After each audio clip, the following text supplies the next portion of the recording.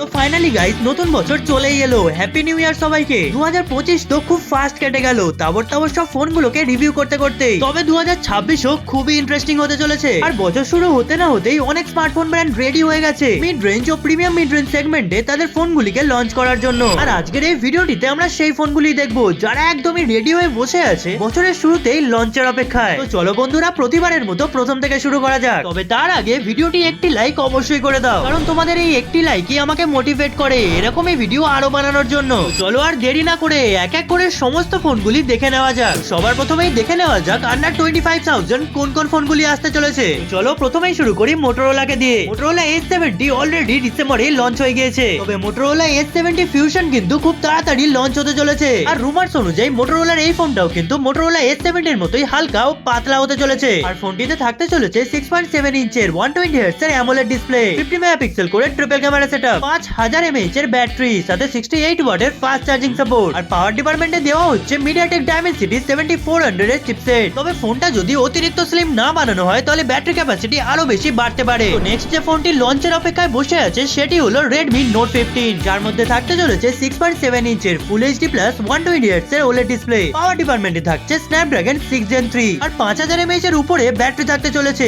সাথে 45 ওয়াটের charging support. আর 108 মেগাপিক্সেলের মেইন ক্যামেরার সাথে 20 মেগাপিক্সেলের সেলফি থাকতে চলেছে। আর এই সেম স্পেকস এর সাথে রিব্র্যান্ডিং করে লঞ্চ হবে Poco M8। আর ফোন দুটি কিন্তু লঞ্চ হবে এক্স্যাক্টলি সেম ডেটেই। আর লুকসের দিক থেকে কিন্তু ফোন দুটির মধ্যে একটু ডিফারেন্স থাকবে। তো চলো এবার দেখে নেওয়া যাক আন্ডার 35,000 কোন কোন ফোনগুলি আসতে চলেছে। সবার প্রথমেই Realme লাভারদের জন্য আসতে চলেছে Realme 16 Pro সিরিজ। আর এই সিরিজে দুটি ফোন থাকবে, Realme 16 Pro আর 16 Pro Plus। আর এই ফোনগুলির মধ্যে থাকতে চলেছে 6.8 ইঞ্চের 1.5K রেজোলিউশনের 120 Hz এর একটা OLED ডিসপ্লে। আর পাওয়ার ডিপার্টমেন্টে দেওয়া হচ্ছে Snapdragon 7 Gen 4 এর চিপসেট। আর ব্যাটারিও কিন্তু বেশ বড় 7000 mAh এর সাথে 100 ওয়াটের ফাস্ট চার্জিং সাপোর্ট। আর 200 মেগাপিক্সেলের মেইন ক্যামেরার সাথে ট্রিপল ক্যামেরা সেটআপ। আর সেলফি সেন্সরও 50 মেগাপিক্সেলের হবে। এই ফোনটি যদি ডিটেইল ভিডিও এক্ষুনি দেখতে চাও তাহলে উপরের আই বাটনে অবশ্যই ক্লিক করো। আর Realme 16 Pro সিরিজের সাথে কম্পিট করতে চলেছে Redmi Note 15 Pro সিরিজ। আর Redmi এই সিরিজে থাকতে চলেছে 6.83 ইঞ্চের 1.5K রেজোলিউশনের 120 Hz এর একটা ডিসপ্লে। তবে এই সিরিজের প্রো মডেলে ফ্ল্যাট ডিসপ্লে আর প্রো প্লাস মডেলে কোয়াড কার্ভ ডিসপ্লে দেখা যাবে। আর পাওয়ার ডিপার্টমেন্টে থাকছে Snapdragon 7S Gen 4 আর ব্যাটারিও কিন্তু বেশ বড় 7000 mAh এর সাথে 90 ওয়াটের ফাস্ট চার্জিং সাপোর্ট। আর 50+50+8 মেগাপিক্সেলের ট্রিপল ক্যামেরা সেটআপ থাকতে চলেছে। আর এই ফোনগুলি ছাড়াও iQ Neo 11 ও কিন্তু এই টাইম পিরিয়ডেই লঞ্চ হতে পারে। আর এই ফোনটির বিস্তারিত ভিডিও আই বাটনে দেওয়া হলো, ক্লিক করে এক্ষুনি দেখে নিতে পারো। চলো এবার দেখে নেওয়া যাক আন্ডার 50,000 এ কোন কোন ফোনগুলি আসতে চলেছে। সবার প্রথমেই OnePlus 15T। হ্যাঁ বন্ধুরা, এটা OnePlus এর নতুন সিরিজ হতে চলেছে। আর এর মধ্যে থাকতে চলেছে 6.83 ইঞ্চের 1.5K LTPO OLED display with 165 Hz refresh rate. আর ব্যাটারিটাও 7800 mAh এর হতে চলেছে, সাথে থাকবে 120 ওয়াটের ফাস্ট চার্জিং সাপোর্ট। আর পাওয়ার ডিপার্টমেন্টে Snapdragon 80 Lite এর চিপসেট থাকতে চলেছে। তার মানে বুঝতেই পারছো ফোনটি পারফরম্যান্স ওয়াইজ তাগড়া হতে চলেছে। আর এর পরেই আসতে চলেছে Oppo Reno 15 সিরিজ। এই সিরিজে দুটি ফোন থাকবে, Reno 15 আর Reno 15 Pro Mini। Reno 15 এ থাকতে চলেছে 6.59 ইঞ্চের 1.5K 120 Hz এর OLED ডিসপ্লে, সাথে 7 Gen 4 প্রসেসর, 6500 mAh এর ব্যাটারি আর 50+8+50 মেগাপিক্সেলের ট্রিপল ক্যামেরা সেটআপ। আর যদি Oppo Reno 15 Mini এর কথা বলি তাহলে 6.32 ইঞ্চের 1.5K 120 Hz এর ডিসপ্লে রয়েছে। আর ডিসপ্লে সাইজের সাথে ব্যাটারিটাও এতে একটু কম থাকবে, 6200 mAh।